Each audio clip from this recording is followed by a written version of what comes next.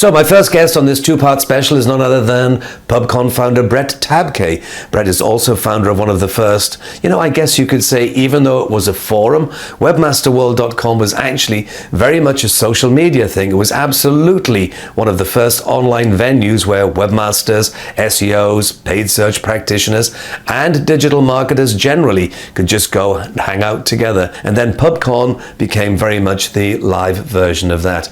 Now, I've personally known Brett since the dawning of time or thereabouts, but I hadn't seen him in person for years because of this pesky pandemic thing. So I was looking forward to catching up and chatting first of all about the conference industry and also his own excellent keynote. What was the subject matter of the keynote? Well, it was certainly on the tip of everyone's tongue for the duration of the conference: AI and ChatGPT. So let's do this and whoosh down to Austin, Texas and say hi to Brett Tabke. So you just did a great keynote. Thank you. So let's talk about the keynote in a second. I think what we should talk about first of all is conferences, about the conference industry, because when was the first Pubcon? 2000 in London. 2000, wow. So more than 20 years, and then we just had this pesky little thing that happened called a pandemic. I mean, in terms of the conference industry generally, it just kind of virtually wiped it out. Yeah. 70% of the conferences under 500 people are gone. They didn't survive COVID, and they don't think they're coming back. 70%. 70%. That's decimated the industry. Yeah, seriously. they're just gone. The only things still standing are the association events. They have an organization to build, and the corporate events. I call them the shill events, the pitch events. Other than that, we've lost pretty much everything in our industry. But this is great because you did do the virtual events. You did do like the Zoom and like everybody else has been doing. But the turnout here is great, and it feels so great. It's just like the good old days in a great venue. It really is. It really does. And you do have a great following. I mean, Pubcon is kind of an institution in the industry now. It's been around for so long.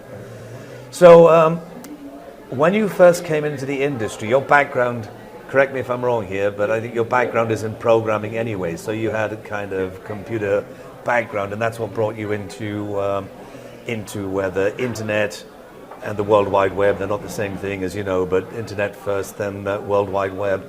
And then, like me, Brett, you've just gone through all of these changes with the technology. Mm-hmm. Yet with this one, with AI, which was the subject matter of your keynote, it's not just within our industry, it just seems to be everywhere. Everybody's paying attention to it. And I was talking to somebody this morning, and he was saying, there is so much excitement. This is not going to change, it's going to go on. You said something like that. But do you remember a thing called voice search? And everybody said the same thing. That's going to change the industry. So what's the difference, Brett? AI is going to get its little tentacles into just about everything from email to websites, of course. And then we're going to see it in weird ways. When we first started, everybody talked about robots replacing factory workers. In fact, clear back in the 80s, they were talking about the fingerprint-free car factory where a human being wouldn't touch the car from start to completion. Well, what happens when ChatGPT tipped? Was it robots? No, it wasn't. It was people writing rap songs, people writing lyrics, writing poems. It was the creative people that got hit first, actually, that surprised everybody. So it's going in an entirely different direction than we originally thought it was going to go in. We didn't understand it was going to be about content and writing and movies and creative aspects. So I just think AI is going to move into every sector of anything technology related. So you and I were kind of chatting and back and forth with email last week before the conference, and I was saying that we use the term AI and machine learning interchangeably. Machine learning is like a discipline that falls underneath the AI umbrella. So AI covers a lot of things. But what's interesting about this more than anything else is that Google actually adopted machine learning at the very, very early stages. I wrote about this more than 20 years ago, with vector support machines, that elements of AI, but more specifically machine learning, have been with us for a long time. I mean, you mentioned even Siri earlier on, when voice assistants came around, that was a big deal. But this is machine learning, it's the same thing, Right. Whereas now with ChatGPT, which is wrong and right at the same time, everybody sees mainly the end of the world with it. I'm going to lose my job. Right. I noticed in your keynote, you had one slide that kept repeating over and over again. And what was on that slide? That you're not going to be replaced by an AI, but you will be replaced by someone using AI. So your job might change. It might morph, like us calling ourselves SEOs. Today's SEO is nothing like me and you started out. Back then it was all about on the page, keywords and title tags. Yeah. Today it has very little to do with that. So the interesting thing for me again is that having spent so much time looking at information retrieval, which is the underlying science, the science doesn't change, the technology that powers it is changing, but satisfying the human need for information is what information retrieval is all about, whichever way you do it, So again, apart from the fact that people say we're going to lose our job, I think somebody even mentioned in the keynote, is this the end of Google? I mean, Google is the world's finest example of how to present you with areas of information. If you think about this, the difference between data retrieval and information retrieval is data retrieval is specific about certain words, phrases, and numbers that that you have to match together. Usually use a computer language to do that. Information retrieval is about a subject. So when you do a search at Google, you don't get just images of one particular keyword or phrase. You get a lot of information about that particular subject. I don't think it's going to replace Google, but one of the interesting things is that it makes Google kind of look dated. They're little sterile SERPs, they're sterile boxes of this item and that item. And along comes ChatGPT, and it's kind of random, and occasionally it'll lie to you, but it's creative, and it'll write poems. And everybody's like, man, Google looks kind of dated. And they kind of badmouth Google for quite some time. Yeah, sort of, kind of. But when I just want to know what the weather is, or who won the game, or those kind of things. Right.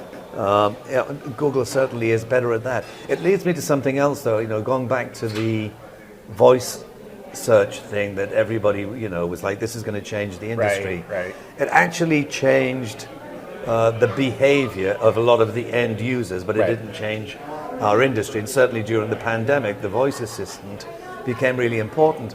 But I think ChatGPT and Lambda and these large language models are leading to a point where voice is going to be the universal interface between you and any other device, Yeah, definitely ChatGPT looks like a perfect replacement or augmentation for Siri, of course. Man, I can't believe somebody is just jumping right on that right now. Because that seems like the perfect marriage to me is ChatGPT and something like Siri or Alexa or Google Assistant, whatever it is, or even what's Microsoft's Cortana.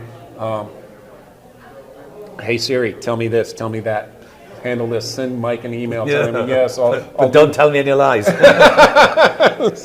So I really think that's the big application.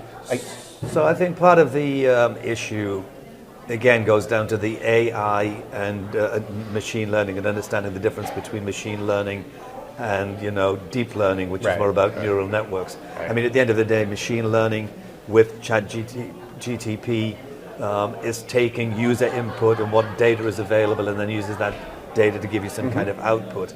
I mean, deep learning and real strong AI, when it gets here, will actually independently be giving you some kind of answers and giving you some kind of a reasoning. Agreed. I did actually say that, as an example, that when we talk about weak AI, we're talking about a Siri or an autonomous vehicle. Like I said, you ask an autonomous vehicle to drive you home, it'll drive you home. You ask Siri to order you a pizza, she'll order you a pizza. But if you ask Siri to drive you home or the vehicle to order you a pizza, you're hungry all day and going nowhere, Yet. Exactly. So the technology will get better, it will improve.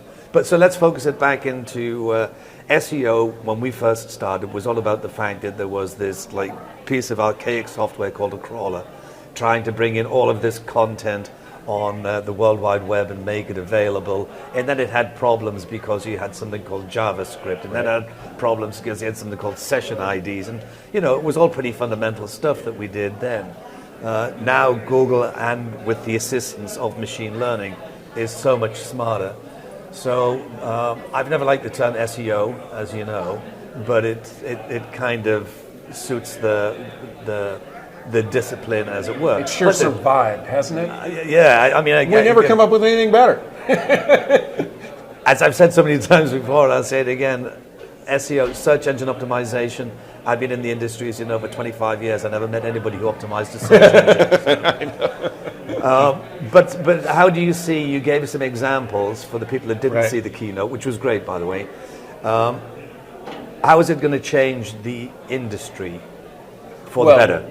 ChatGPT, it just takes us up a notch, takes our writing up a notch, takes our titles up a notch, everything that the search engine consumes from us, it takes it up a level. You know, it just enhances everything. Because when, as I mentioned, ChatGPT default puts out somewhere about the high school level in the United States, whereas the average web page is somewhere in the junior high school level, 5 to 8th grade.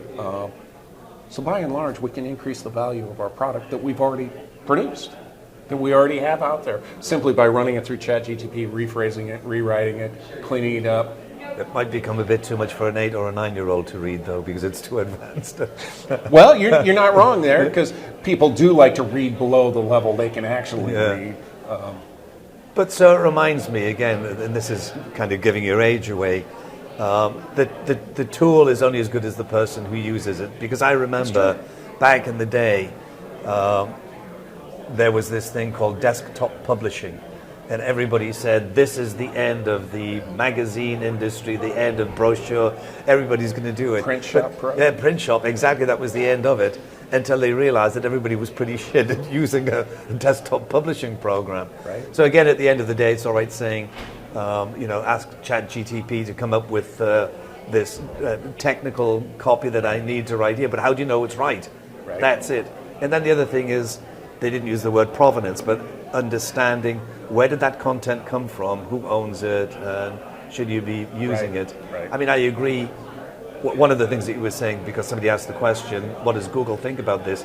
At the end of the day, if people are consuming the content and enjoying the content that Google's providing, I don't suppose you should care where it came from, as long as it's answering the... And, give it credit. If you use ChatGPT, put it as a co-author, Hey, why not? Why not? So the other thing is that everybody's ChatGPT and it's going to be the Google killer, but Google already has Lambda, and there is so much going on. I mean, Google is so advanced in the area of AI and machine learning. So everybody's asking why they're late to the table, as it were. I mean, it's easy for OpenAI to say, we're going to put this out here, but we're not taking any responsibility for anything that happens, okay? Whereas with Google, if they do that, then all of a sudden they're in deep shit, So. Yeah, to a degree. But also, if you're Google, are you going to mess with the cash cow in any direct way? Are you going to mess with the SERPs? Until you have a product, like you say, that's bulletproof, that's not going to lie to you or get uppity with you the way apparently Bing's ChatGPT here, let's say, at the end of February 2023 is being... So yeah, I can't fault Google for, some people call it, they slow walked this. Well, yeah, they did. And I don't want to be the guy at Google who's responsible for ruining cash cow if it goes south, Exactly. I mean, but again, I think part of the issue is that Google's always been, at the end of the day, they've always said, we provide these answers, we give you this content, but we don't own the content, we don't create the content. Do you know what else I thought was funny? When somebody was asking the question about if you use my content, can I charge you for using my content? Only people who've been in the SEO industry for a long time would know what we're talking about here, generally speaking. But you might even remember that I caused a real issue with something that I published years ago, where I explained that there is this trade-off here, that Google is using your content, so you could put a no-robots.txt file in and stop Google crawling, but then nobody would find your content. However, what about this? What if everybody puts a no-robots.txt file on their website and completely stops Google coming in, and their content turns to crap? It would be terrible. And then you send an email saying to access my website will cost you. And then people thought about that. I mean, I don't quite know how that sort of model would work. Right. You know, I mean, I was saying it tongue in cheek, and people were taking it seriously. But Yeah, there's going to be some big questions to answer coming from ChatGPT and when Google implements it. You know, because that's always been the unwritten agreement: is well, you can have my content, you send me traffic. You know, use my links, send me traffic. That's going to change when these search engines are cranking out more content than links. And so I think, you know, taking a step into the future, we agree, you know, that even when you use this term weak AI, it's mind-blowing. Even though you call it weak AI, it's mind-blowing. Right. It's just not right at the top end thinking for itself. But some of the examples that you were giving of some of the tools that exist out there, and it had never occurred to me until I saw you do this one and did the text to video, which was really cool. I think that in the SERPs, it reminds me of, you know, when they changed from the 10 blue links to universal. Right. That, you know, when I do a search at Google and there is some text, what if it automatically just became a video that I could watch and somebody was explaining this to me as opposed to me having to read that content, you know? Agreed. We're on the same page. So when is the next Pubcon? Now that, are you back into the swing? Is it going to become a regular? No? We're going to finish this one up, and we're going to take a look at where we are. As you know, the pandemic, we've been shut down for basically 3 years. Virtual was money lose start to finish for everybody in the industry. Nobody made any money off virtual. Didn't even pay the bills. So we're going to stop and take a look after this one. I'm highly encouraged, and I expect something to be published within a month. So we'll go from there. Fabulous. Well, it's great to be back. It's great to see some old faces from the past. People like to get together. The networking is great, and I think you've done a great job. So well, I appreciate it. Thanks for having me on, Mike. Yeah. So. Thanks so much to my old pal Brett for chatting and sharing his thoughts and insights on the whole ChatGPT thing, as well as the digital marketing conference industry. And fingers crossed that there will be good news coming soon about the next Arrive, because it's live, in-person Pubcon Conference.